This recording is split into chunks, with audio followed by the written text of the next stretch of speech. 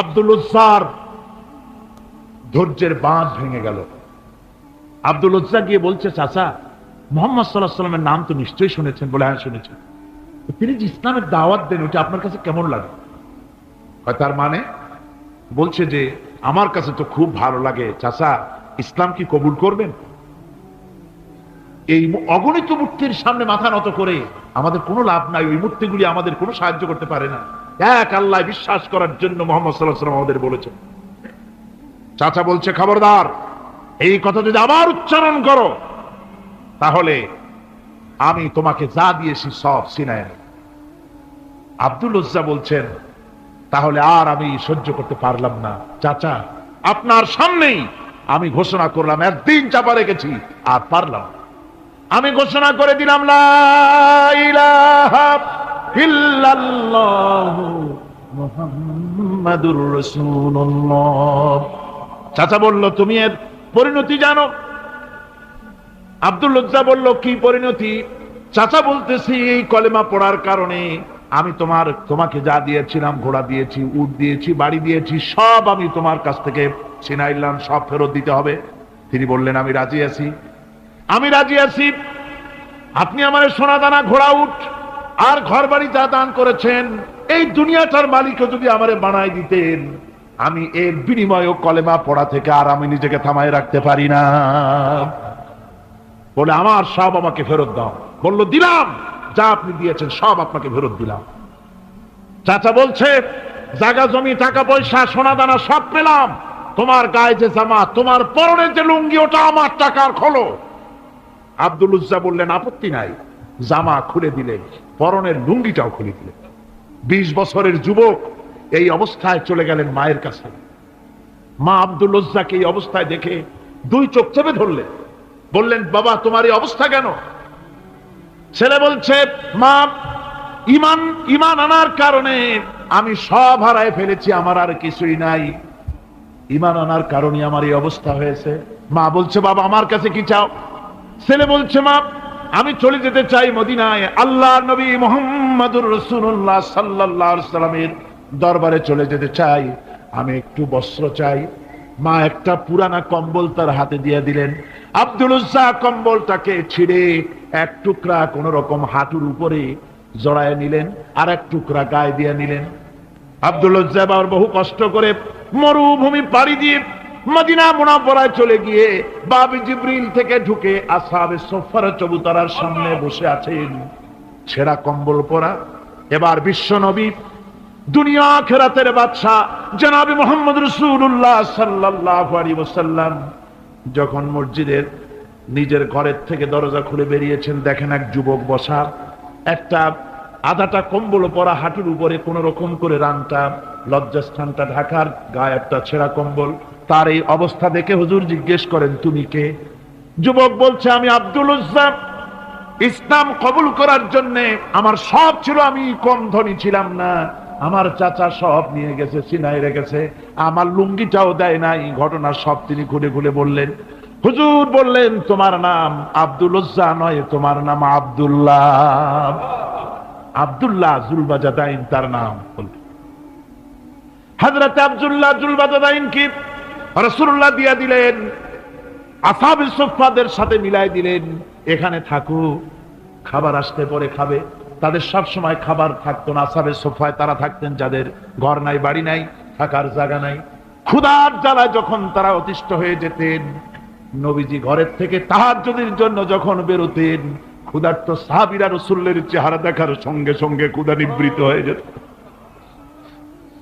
হযরত রাসূল পাক সাল্লাল্লাহু আলাইহি ওয়াসাল্লাম আব্দুল্লাহকে ওনাদের মধ্যে ভিড়ায় দিলেন। আব্দুল্লাহ এবার কোরআন শরীফ পড়ে। কোরআন শরীফ পড়তে গিয়া চিল্লায় চিল্লায় তিনি পড়েন, আস্তে আস্তে পড়েন না। সাহাবীরা বিরক্ত হয়ে রাসূলের কাছে নালিশ করলেন যে বড় চিল্লায় কোরআন পড়ে, আমাদের নামাজেও ডিস্টার্ব হয়। হুজুর বলেন, সাহাবীরা কেউ আব্দুল্লাহর ব্যাপারে কোনো কথা বলবে না, তারে চিল্লাইতে দাও, যেহেতু ঈমানের জন্য তারে বড় মূল্য দিতে হয়েছে। পরনের লুঙ্গিটা পর্যন্ত আনতে পারে নাই, যত খুশি চিৎকার করেছে আল্লাহর কালাম পড়ুক। ক্ষমা করে না। সাপ পোষার মতো, যে সাপ তুমি দুধ কলা দিয়ে পোষো, ওই সাপ তোমাকে আবার দংশন করবে। ওঝা মরে না? মরে না? সাপ খেলা যারা দেখায় তারা মরে কিনা? ওই সাপই তাকে কাটে। সুতরাং গভর্নমেন্ট অনুমোদিত অস্ত্র তোমার কাছে, পাইপ গান, রিভলভার, স্টেন গান, এলএমজি, আদমজি, কত রকমের অস্ত্রপাতি যুবকদের কাছে।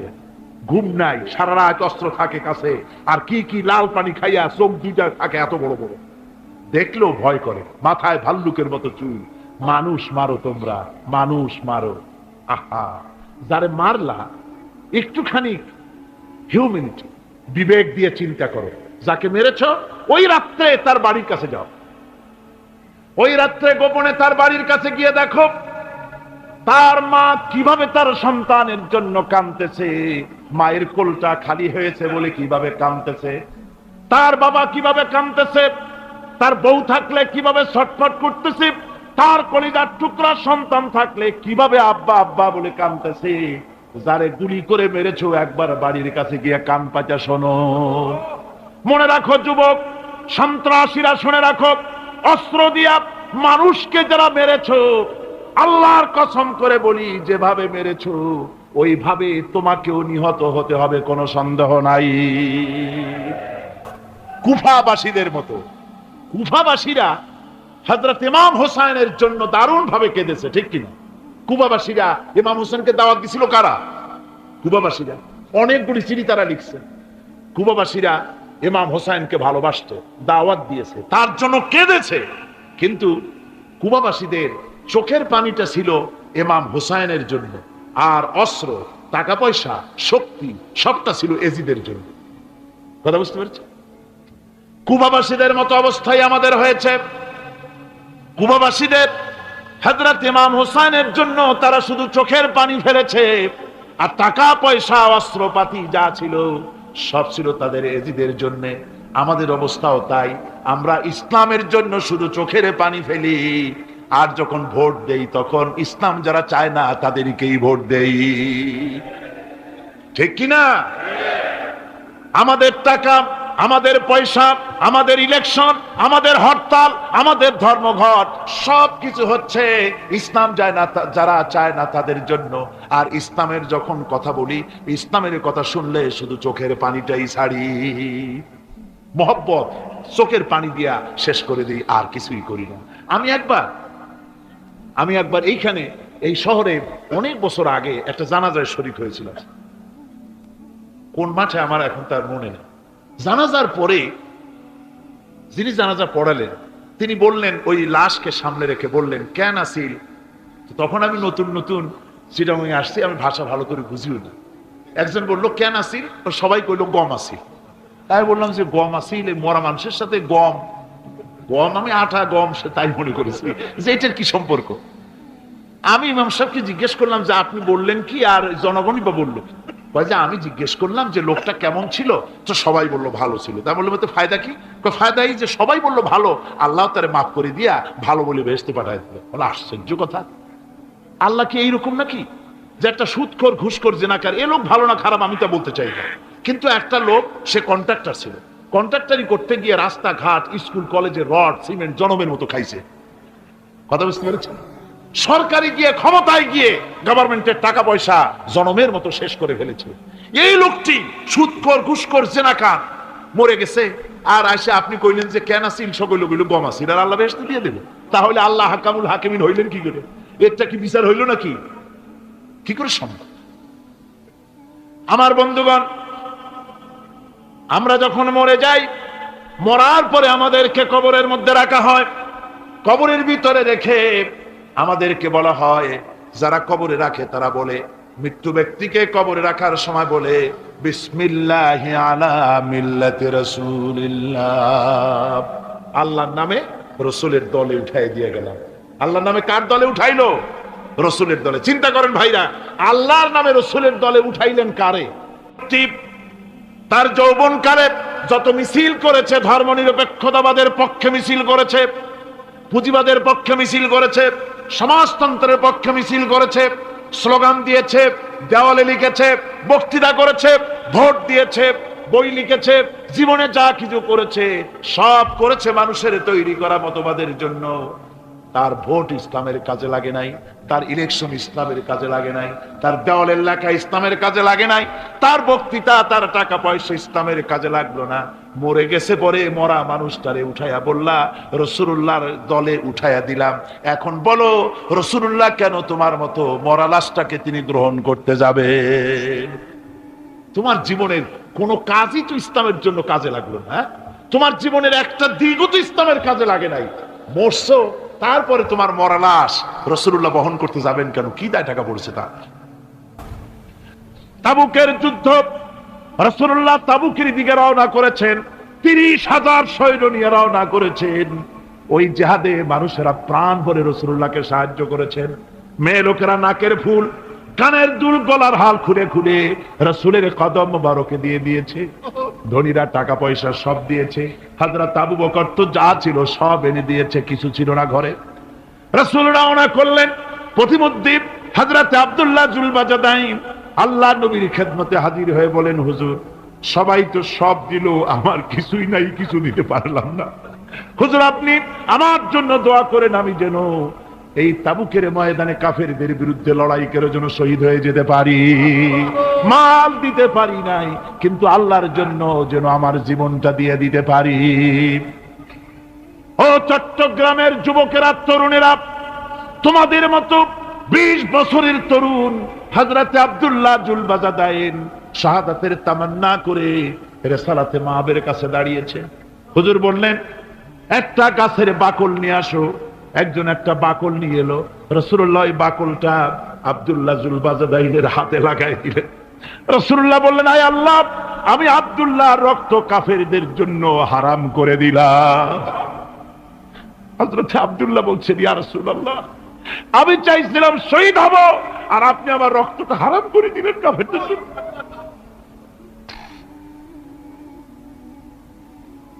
আল্লাহ নবী বলেন, আব্দুল্লাহ রে, কোন চিন্তা করো না, তোমার মৃত্যু যদি জ্বরেও হয় আল্লাহ রাব্বুল আলামিন তোমার শাহাদাতের দরজা দিয়ে দিবেন। তাবুকের প্রান্তরে চলে গেলেন। কয়েকদিন ওই তাবুকের ময়দানে থাকায় রাসূলের কাছে খবর এলো আব্দুল্লাহ মারাত্মক জ্বরে আক্রান্ত হয়ে ইন্তেকাল করেছেন। রাসূলুল্লাহ বললেন, আমি জানাজা পড়াবো। হযরতে আব্দুল্লাহর জানাজা হলো গভীর রাত। কবরের ভিতরে একজন দাঁড়ায়া লাশ ধরার জন্য একজন কবরের ভিতরে দাঁড়িয়েছে। 2 জন লোকে লাশ নিয়ে আসতেছে। হযরতে বেলাল আলো উঁচু করে দাঁড়ায় ধরে আছে। অন্ধকার রাত, কবরের ভিতরে একজন দাঁড়ানো, লাশ নিয়ে এসেছে 2 জনে। কবরের ভিতরে যিনি দাঁড়ানো তিনি বলছেন, এই লাশকে তোমাদের ভাইকে আদবের সাথে কবরে রাখো। কবরের মধ্যে যিনি দাঁড়ানো তিনি আর কেউ নয়, বিশ্বনবী মুহাম্মদুর রাসূলুল্লাহ সাল্লাল্লাহু আলাইহি ওয়াসাল্লাম। হযরত রাসূলুল্লাহ বলতেছেন, আবু বকর, ওমর, তোমাদের ভাইকে আদবের সাথে কবরে রাখো, খবরদার বেয়াদবি করো না। কবরের মধ্যে আল্লাহ নবী আব্দুল্লাহ জুলবাজাদাইনকে নিজ হাতে শোয়াই দিয়া কবরের উপরে পাথর বিছিয়ে দিয়ে নবীজি বললেন, রব্বুল আলামিন, আজকের এই সন্ধ্যা পর্যন্ত আমি আব্দুল্লাহর প্রতি রাজি ছিলাম, তুমিও আব্দুল্লাহর প্রতি সন্তুষ্ট হয়ে যাও। হযরত ইবনে মাসউদ রাদিয়াল্লাহু তাআলা আনহু বলেন, আমি চিৎকার মেরে কেঁদে কেঁদে বললাম, আল্লাহ, আজকে যদি এই কবরে আব্দুল্লাহ না হয়ে আমি হতাম, আমার কিসমতটা ভালো হয়ে যেত। যুবকেরা, ও তরুণ মুসলমানেরা, তোমরাই রক্ত দিয়ে ইসলাম কায়েম করেছো। কে কায়েম করেছে ইসলাম? মুসলিম তরুণেরা, মুসলিম যুবকেরা, তোমাদের অবদান সব চাইতে বেশি। আজ আজ মুসলমান যুবকদের চরিত্র নাই, মদ, জুয়া, জেনা, ব্যভিচার করে করে সর্বনাশ করে দেওয়া হলো। সরকারি ভাবে, বেসরকারি ভাবে, বিভিন্ন ভাবে যুবকদেরকে মিসগাইড করার জন্য মদ দেওয়া হয়, টাকা দেওয়া হয়, অস্ত্র দেওয়া হয়, সব দিয়ে যুবকদের চরিত্র নষ্ট করা হচ্ছে। অথচ যুবক হচ্ছে একটা জাতির মেরুদণ্ড। জাতির কি মেরুদণ্ড? এই মেরুদণ্ডকে ঘুণে ধরেছে, এই মেরুদণ্ড নষ্ট করার ব্যবস্থা করা হয়েছে। আমার মুসলমান ভাইয়েরা, হাদিস থেকে শোনো, বদরের প্রান্তরে যুদ্ধ হবে। রাসূলুল্লাহ সাহাবায়ে কিরামদেরকে রেডি করেছেন। কিন্তু এই যুদ্ধটা বড় মারাত্মক, এই জেহাদ বড় মারাত্মক। জেহাদ হবে, চাচার বিরুদ্ধে ভাতিজা জেহাদ করবে, বাপের বিরুদ্ধে সন্তান অস্ত্র ধারণ করবে, ভাইয়ের বিরুদ্ধে ভাই অস্ত্র ধারণ করবে। কোন জায়গা? বদর। কোন জায়গায়? বদর। মক্কা থেকে যারা আসতেছে সব চাচা ভাই মামু খালু এরা আসতেছে, আপন আপন লোকের আপন লোকের বিরুদ্ধে অস্ত্র ধারণ করবে। এটা কি সহজ? কোন এটা কি সহজ? রাসূলুল্লাহ যুদ্ধের কথা মানুষকে বুঝাচ্ছেন, একটু ইতস্তত করছেন। হযরত রাসূল পাক সাল্লাল্লাহু আলাইহি ওয়াসাল্লাম যুদ্ধের কথা সাহাবায়ে কিরামদের সামনে পেশ করতেছেন আর একটু ইতস্তত করতেছেন এই কঠিন যুদ্ধে সাহাবীরা কিভাবে মেনে নেবে। রাসূলের মনের অবস্থা বুঝতে পেরে হযরত মিকদাদ রাদিয়াল্লাহু তাআলা আনহু বর্ষিয়ান সাহাবী তিনি দাঁড়ায় গেলেন। তিনি দাঁড়ায় বলছেন, ইমদি বিনা ইয়া রাসূলুল্লাহ হাইসু মা তাশা। হে রাসূল, আপনি আমাদেরকে নিয়ে চলুন, আল্লাহ যেদিকে আপনাকে যেতে বলে। হাইসু মা তাশা আয় হাইসু মা আমারাকাল্লাহ, যেদিকে আল্লাহ আপনাকে যেতে বলেন আমাদেরকে নিয়ে আপনি সেদিকে চলেন। ইন্না লা নাকুলু লাকা কামা ক্বালা বানু ইসরাঈল লিমূসা আলাইহিস সালাম ইযহাব আনতা ওয়া রাব্বুকা ফাকাতিলা ইন্না হাহুনা কাঈদুন। আমরা মুসা আলাইহিস সালামের উম্মতের মতো বলবো না যে হে মুসা তুমি আর জিবরাইল আর তোমার আল্লাহ যুদ্ধ করো, আমরা ঘরে বসে আরাম করি। এ কথা আমরা বলবো না হুজুর। বাল ইযহাব আনতা ওয়া রাব্বুকা ফাকাতিলা ইন্না মাকুমা মুকাতিলুন। হে রাসূল, বরং আমরা বলবো আপনি যুদ্ধ করুন, আপনি আমাদের নিয়ে চলুন, আমরা লড়বো আপনার সাথে কাফেরদের বিরুদ্ধে। ততক্ষণ পর্যন্ত লড়বো মা দামাত আইনুম মিন্না তাতাররাফ। ও রাসূল, যতক্ষণ আমাদের চোখের একটা পাতাও নড়ে ততক্ষণ আপনার সাথে আমরা লড়বো। সুবহানাল্লাহ। মানে জীবন যতক্ষণ আছে আপনার সাথী হয়ে কাফেরদের বিরুদ্ধে লড়তে থাকবো। হুজুর খুব খুশি হয়ে গেল। হুজুর কি হলেন? দারুণ খুশি হয়ে গেল। আল্লাহ নবী খুশি হয়ে বললেন, ও সাহাবীরা, তোমাদের মানসিক অবস্থা যখন এই কুবু বিনা ইলা জান্নাতিন জান্নাতুন আরদুহা কারদিস সামাওয়াতি ওয়াল আরদ। ও সাহাবীরা, তোমাদের মানসিকতা যখন এমন, তখন আমার সাথে তোমরা দাঁড়াও, আমার সাথে ওঠো, আমার সাথে চলো জান্নাতের দিকে। রাসূলুল্লাহ বলছেন আমার সাথে চলো বেহেশতে। কোন বেহেশত? এমন বেহেশত যে বেহেশতের বিশালতা আর প্রশস্ততা ওই বিশাল আকাশ আর জমিনের চাইতেও বেশি। এই বিরাট জান্নাতের দিকে চলো আমার সাথে। ফাকামা উমাইর বিন হামাম ওয়া কানা ইয়াকুলু তামার। যুবকেরা, তোমাদের মতো তরুণ, তোমাদের মতো এক যুবক যার নাম উমাইর, তিনি দাঁড়িয়ে গেলেন, হাতে ছিল খোরমা, খোরমা খাচ্ছিল। দেখেন না, বক্তৃতা হয় মাঠে, ওয়াজ নসিহত হয়, আর যুবকেরা দাঁড়ায় দাঁড়ায় বাদাম খায়, হয় না? ওই সাহাবী ওই সময় তো বাদাম টাদাম হয়তো পায় নাই, খোরমা খাচ্ছে, খোরমা চাবাচ্ছে, বিচি ফেলায় দিতেছে, আর এইভাবে খাচ্ছে আর হুজুরের কথা শুনছে। হুজুরের কথা শুনে উমাইর বলছেন, বাহ বাহ। এটা একটি আঞ্চলিক শব্দ, এর অর্থ হচ্ছে আয় মা আযমাহু ওয়া মা আহসানাহু। হে রাসূল, আপনি কত সুন্দর কথা বললেন, আপনি কি বিশাল কথা বলেছেন, কত বড় কথা বলেছেন।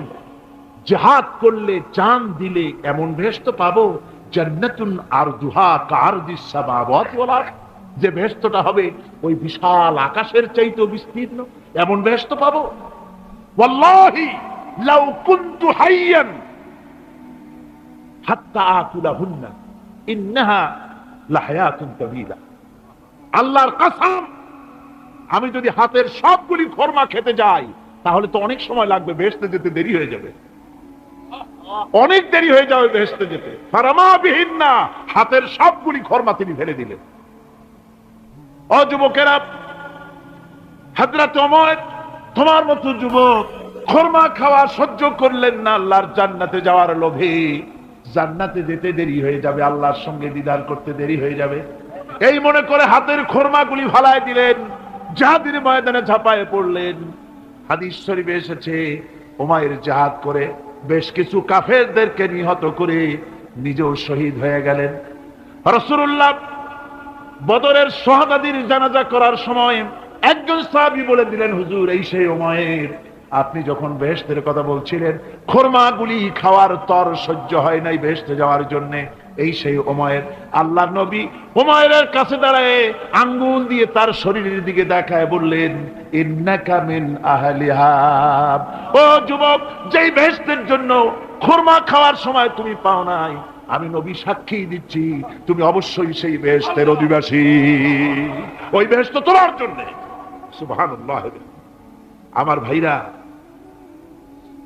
কিয়ামতের দিন এই জান্নাত আল্লাহ রাব্বুল আলামিন দান করবেন ওই সব লোকদের জন্য যারা জান দিবে, মাল দিবে, রক্ত দিবে আল্লাহ দ্বীনের জন্য। কিসের জন্য? আল্লাহ দ্বীন কায়েমের জন্য। যারা জান মাল ওয়াকফ করে দেবে, জীবনকে উৎসর্গ করে দেবে, তাদের জন্য আল্লাহ পাক এই বিরাট নিয়ামত রেখেছেন। তরুণদের বলতে চাই, যুবকদের বলতে চাই, আর বাতিলের পেছনে ঘুরো না, আর তোমার ওই সব নেতাদের পেছনে ঘুরো না যারা নিজেরাও নামাজ পড়ে না, তোমাকেও নামাজের কথা বলে না। ওরা নিজেরা মিথ্যা কথা কয়, তোমরা টের পাও না? কি বলেন, টের পাওয়া যায় না? মারামারি করে নিজেরা আর বদনাম দেয় অপরের উপরে। চোখের সামনে যারা এরকম পারে, চোখের সামনে যারা এরকম পারে, তাহলে রাত দিন 24 ঘন্টা তাদের আমলটা কেমন? এদের পেছনে ঘুরে কোনো লাভ নাই। কোনো লাভ আছে? হ্যাঁ, একটা লাভ আছে। সেই লাভটা হচ্ছে টাটকা কিছু সুখ পেতে পারো, কিছু মদের টাকা, কিছু হোটেলের টাকা, কিছু পরের মেয়ে নিয়ে ঘোরার টাকা, কিছু ভ্রমণের টাকা, কিছু অস্ত্রপাতি, কিছু ত্রাস সৃষ্টি করা। আর ত্রাস সৃষ্টি করবা, কয়টা অস্ত্রের মালিক হইছো? যুবক, তরুণ, বিপদগামী তরুণদের বলবো, সরকার অননুমোদিত অস্ত্র যাদের কাছে আছে, শুনে রাখো, এই অস্ত্র কাউকে ক্ষমা করে না। এই অস্ত্র কাউকে। কোরআন শিখবার জন্য, শিখাবার জন্য ছেলের জন্য যে মৌলবি রাখে, সারা মাস পড়াবে, বেতন 300 টাকা। আর গানের মাস্টার যে গান শিখাবে, রবীন্দ্রসঙ্গীতের প্যানপ্যানানি সুর শিখাবে, নাচ শিখাবে, সপ্তাহে 2 দিন এসে 2 ঘন্টা শিখাবে, বেতন 3000 টাকা। কপাল পোড়া জাতি। কি পোড়া জাতি? জাতি তার কপাল পুড়েছে। কোরআনের সাথে তার সম্পর্ক কম, জিহাদের সাথে সম্পর্ক কম, সম্পর্ক হয়েছে গানের সাথে, সম্পর্ক নাটকের সাথে। তাই আজ আল্লাহর দ্বীন কায়েমের জন্য লড়াইয়ের ময়দানে আসতে হবে। বাংলাদেশে কিন্তু জিহাদের ডাক এসে গেছে। কিসের ডাক এসেছে? জিহাদের ডাক এসেছে। এ জিহাদে সাড়া দিতে হবে। আমি আগেই বলেছি, ওই জিহাদ ওই রকম না যে লাঠি ঠেঙ্গা নিয়ে ঝাঁপায় পড়বে। জিহাদ হচ্ছে বাতিলের বিরুদ্ধে। টেলিভিশনের ভিতরে নাটকের মাধ্যমে ইসলামকে অসম্মান করা হচ্ছে, মুসলমানদের দাড়িকে অসম্মানিত করা হচ্ছে, টুপিকে অসম্মানিত করা হচ্ছে। তারপরে সিনেমার ভিতরে, গানের মধ্যে ইসলামকে অপমানিত করা হচ্ছে, যার কারণে এর বিরুদ্ধে জাতি সোচ্চার না হওয়ার কারণে আস্তে আস্তে মুসলমানদের ঈমান কমে যাচ্ছে। বাতিল শক্তিশালী হচ্ছে, বাতিল শক্তিশালী হয়ে আক্রমণ করছে। আপনারা বলেন, ভারতের কি ক্ষমতা মসজিদ ভেঙে দেয়? এই পৃথিবী কি মুসলমান কম? জোরে বলেন, মুসলমান কম? তাহলে ভারতের বাবরি মসজিদ তারা ভাঙলো কি করে? সাহস পেল কোথা? সাহস পেয়েছে আমরা আমাদের ঐক্য বিনষ্ট করেছি, আমাদের ঐক্য ভেঙে ফেলেছি। আমরা একজন আর একজনকে গালি দেই, মুসলমান না বলে গালি দেওয়া হয়। পরস্পরের মহব্বত নাই, স্বীকৃতি নাই, শ্রদ্ধা নাই, ঐক্যবদ্ধভাবে আমরা নাই। আমরা আমাদের চরিত্র নাই, চরিত্র নষ্ট করেছি। ফলে তারা বুঝতে পেরেছে এই মুসলমান সেই মুসলমান নয় যারা জীবনের চাইতে মৃত্যুকে বেশি ভালোবাসতো, যাদের চরিত্র ছিল উন্নত। এরা সেই জাতিরা, এরা মিথ্যা কথা বলে, এরা জুয়া খেলে, এরা মদ খায়, এরা জেনা করে, এরা বদমাশি করে। এদের সেই চরিত্র নাই যেই চরিত্রের বলে আমাদের অপকর্মের মোকাবেলা করতে পারে। এই বিশ্বাস নিয়ে তারা তা বাবরি মসজিদের উপরে হামলা করেছে। বাবরি মসজিদ ভাঙলো। মসজিদের উপরে যখন শাবল মারা হচ্ছিল, কেবল নিউজ নেটওয়ার্কের মাধ্যমে আমরা এই দৃশ্য দেখেছি, টেলিভিশনের পর্দায় দেখেছি শাবল মারা হচ্ছে। তখন মনে হচ্ছিল শাবল তো মসজিদের উপরে পড়ছে না, শাবল যেন পড়ছে পৃথিবীর 125 কোটি মুসলমানের কলিজার উপরে।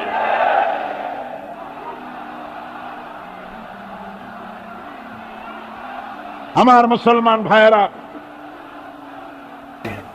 এ কোরআনে কারিমে রব্বুল আলামিন বলেছেন, আমি যাকে খুশি শুধু ছেলে দেই, যাকে খুশি শুধু মেয়ে দেই, যাকে খুশি তাকে ছেলেও দেই মেয়েও দেই, আবার যাকে খুশি আমি কিছুই দেই না। এটা আমার কুদরত। সুতরাং এতে মন কালা করার কিছু না। নবীজি বলেছেন, কন্যার পিতাদেরকে গালি দিও না। অনেকে টিটকারি করে, বারবার মেয়ে হয় ছেলে একটাও হয় না, সেই জন্য টিটকারি বুটকারি করে। আল্লাহ নবী বলেছেন, মেয়ের পিতাকে গালি দিও না, ঠাট্টা করো না, যেহেতু আমি মুহাম্মদ রাসূলুল্লাহ সাল্লাল্লাহু আলাইহি ওয়াসাল্লাম, আমি মেয়েদের পিতা, আমি নিজে মেয়েদের পিতা, খবরদার মেয়েদের পিতাকে গালি দিও না। রাসূলুল্লাহ বলেছেন, আকাশের নিচে জমিনের উপরে খাদিজার মতো মহিলা আর নাই।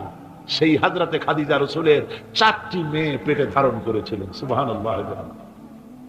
মেয়ের প্রতি রাসূলুল্লাহ যথেষ্ট মহব্বত করতেন, মেয়েকে খুব ভালোবাসতেন হুজুর সাল্লাল্লাহু আলাইহি ওয়াসাল্লাম। হুজুরের কলিজার টুকরা ছিলেন মা ফাতিমা রাদিয়াল্লাহু তাআলা আনহা। হুজুর যখন কোথাও যেতেন, সকলের শেষে দেখা করতেন ফাতেমার সঙ্গে, আর বিদেশ থেকে সফর করে এসে সকলের আগে দেখা করতেন ফাতেমার সঙ্গে। সুবহানাল্লাহ। রাসূলুল্লাহ আরো বলেছেন, তোমরা যখন বাজারে যাবে বা ব্যবসা করতে যাবে বা বিদেশে যাবে, আসার সময় যে সব হাদিয়া নিয়ে আসো। আমরা যখন বাইরে যাই, বাজারে যাই, কিছু হাদিয়া আনি না, জামা কাপড় চকলেট ইত্যাদি আমরা আনে থাকি। রাসূলুল্লাহ বলেছেন, হাদিয়াগুলি তোমরা যারা বিদেশে যাও বাজারে যাও হাদিয়া আনবে, আর এনে ঘরের মধ্যে ঢুকে তা শুরু করবে মেয়েকে দিয়ে। প্রথমে দেবে মেয়েকে। সুবহানাল্লাহ।